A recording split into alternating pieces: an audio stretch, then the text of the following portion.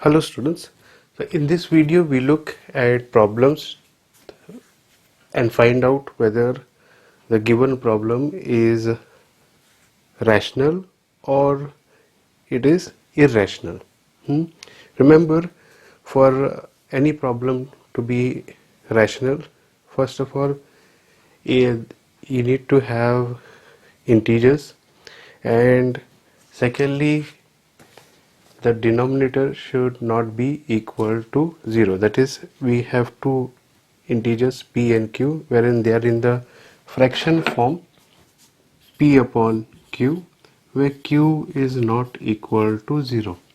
Irrationals are those with square root form or pi.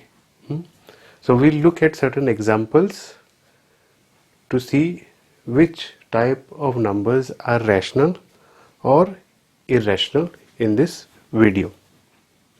One more thing that we need to remember is those numbers which are non-terminating and non-repeating are also irrational.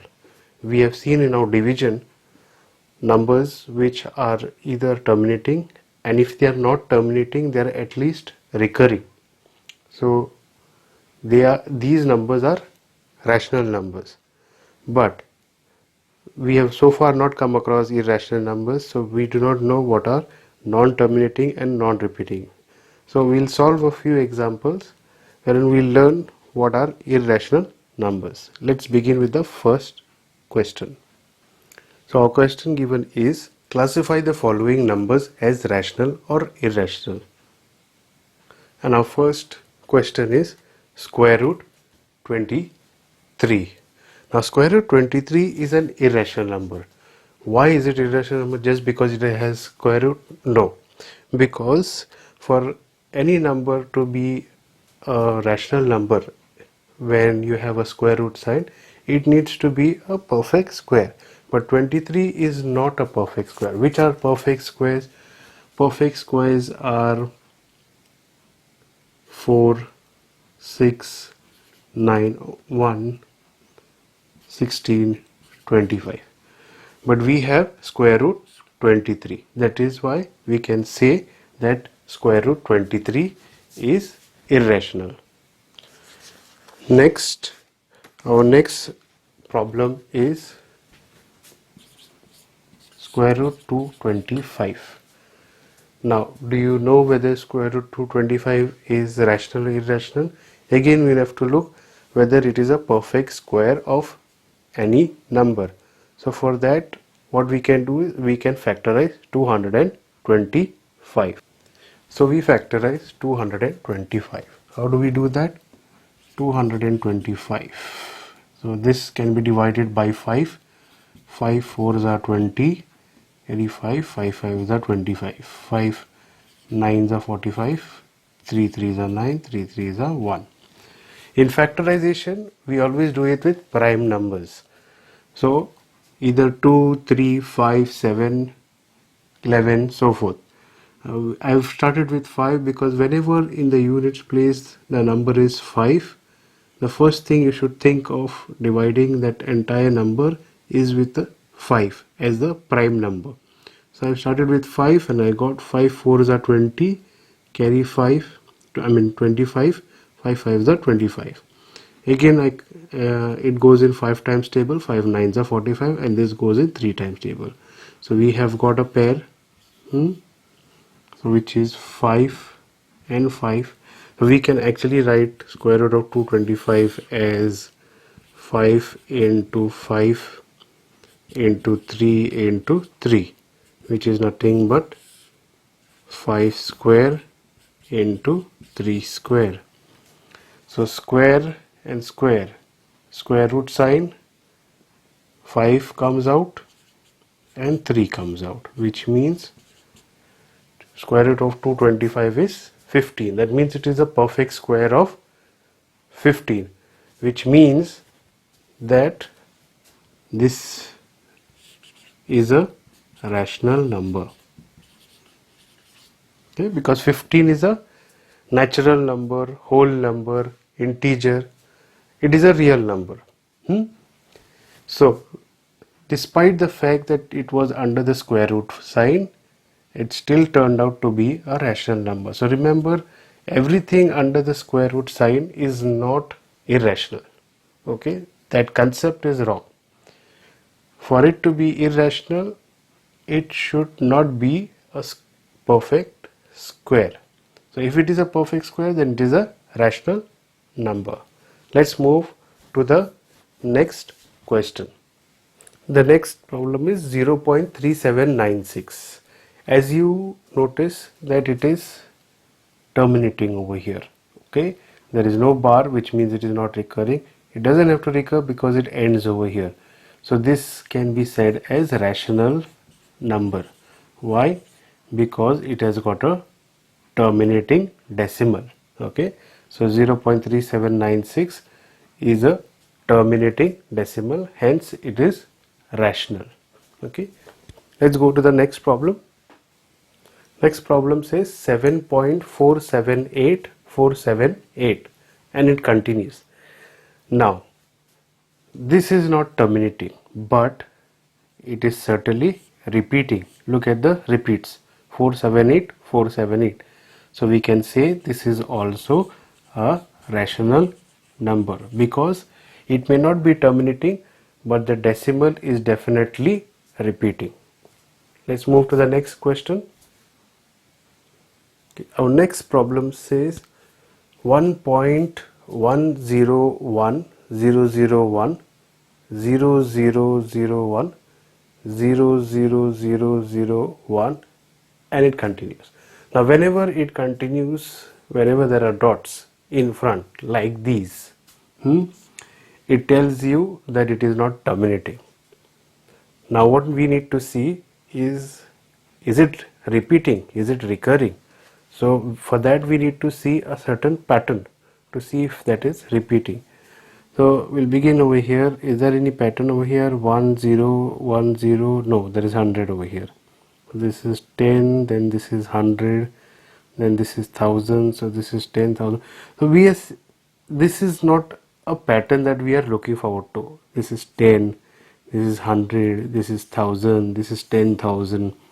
What we need is like repetition of the same digits. Like for example, it should have been either 10, 10, 10, or it should have been after 10, like let's say if it is 100, then the next one also should have been 100, and then 100 should have continued. But over here it goes 10, 100, the zeros keep increasing, so there is no regularity or there is no constancy in the repeating pattern. Okay, the zeros keep increasing, so 10 is not equal to 100 and 100 is not equal to 1000 and 1000 is not equal to 10,000. Okay, so as a result of which we don't see any repeating patterns. It is not terminating and it is not repeating as well. In that case, what happens? This number becomes an irrational number. Okay, remember, for a number to be rational, it has to, the decimal either has to terminate or it should keep repeating a set number, like how this is repeating. Here there is no repeat seen. Okay, a pattern has emerged. There is a pattern like 10, 100, 1000, but we don't see repetition of that particular number or a set of numbers or a collection of numbers. That is why this can be regarded as irrational. The next problem is 2 minus root 5. Now in this case you have a rational number. This is a rational number because it is a real number, and this is a irrational number. Now the difference between a rational and an irrational number means that this entire set is a irrational number, because subtraction between the two is not possible in this case, because it is a subtraction or for looking at a difference between a rational and an irrational number. So in higher maths, of course, we can solve about wherein finding the differences between rational and irrational, but at your level, if we are asked to find out like this kind of a number, then yes, this can be termed as irrational, unless the square root is of a perfect square. Then in that case, then it will become an rational number. Okay, so remember, this is irrational because it is a difference between a rational number and an irrational number. So in this case, it is irrational. Moving to the next problem. Says 3 plus square root of 23, and this is in bracket, minus square root of 23. Now may look as irrational number, but actually it is a rational number. I'll tell you why. Okay, this brackets is just to fool you. Okay, it is not granting any different sign to this particular set of numbers inside the bracket. It remains like that even if you open the bracket. Like for example, let us solve this thing. This is nothing but this. So there's no difference between this and this. This is just to, like a trick question, just to confuse you, to puzzle you as to why there is a bracket. Okay, if there is a bracket, then it is something different. No, nothing is different over here. There's bracket sign holds good when you're either multiplying into it, or if you are dividing over there. There's no multiplication division over here. It's straightforward addition subtraction problem. So 3 plus square root of 23 minus 23. Now in this case, this is a rational number, but these two are irrational numbers. But have a look. This is plus root 23 and minus root 23. So they cancel out each other. Okay, that will give you 0. So this will be as good as saying 3 plus 0, which is nothing but 3. And 3 is a rational number. Correct? So after solving, we get a rational number. That means this becomes a rational number. Okay, so this is an example which shows that if you can cancel out the irrational number in any way, whether it is via subtraction, or whether it is via division, or by multiplying, if you can get a rational number, then it will not remain, it will not be a irrational number, it will become a rational number, as in this case after subtraction of the irrational numbers. But remember one thing, okay, if there was another number over here, for example in place of square root of 23, but in place of this if there was square root of 22, then square root of 23 minus 22, it doesn't give you square root of 1, and you will say 1 is a perfect square and you get 3 plus 1. No, this is wrong. This is a different number, this is a different number. We learn about these rules later on, but these numbers do not get subtracted. It's only because the numbers are the same. Okay, so then the value remains the same. When we learn about exponential powers, we learn about them. The powers are the same for them, the numbers are the same. As a result of which we can cancel them out. But this is not possible. Square root of 23 minus square root of 22 is not square root of 1. Okay, it is not the same as 23 minus 22. Got it? They are different over here. So remember, do not make that mistake over here to straight away subtract. It is only because the number is the same. The number have to be same. Is as good as saying like how we have 1 upon 3 minus 1 upon 2. Okay, this doesn't become equal to 1 upon 1 or 0 upon 1. Why it doesn't become? Because for subtraction to take place, the common multiple should be the same, that is the LCM should be the same. This will end up becoming 2 upon 6 minus 3 upon 6, and then we can go to subtract, because the denominator is the same, 2 minus 3 upon 6. Remember, when we do a subtraction problem like 3 minus 2 or 3 plus 2, it means that it is 3 upon 1 minus 2 upon 1 and 3 upon 1 plus 2 upon 1. We just don't write it every now and then. We have learned this in lower classes, which we forget as we go higher. But the basic is this.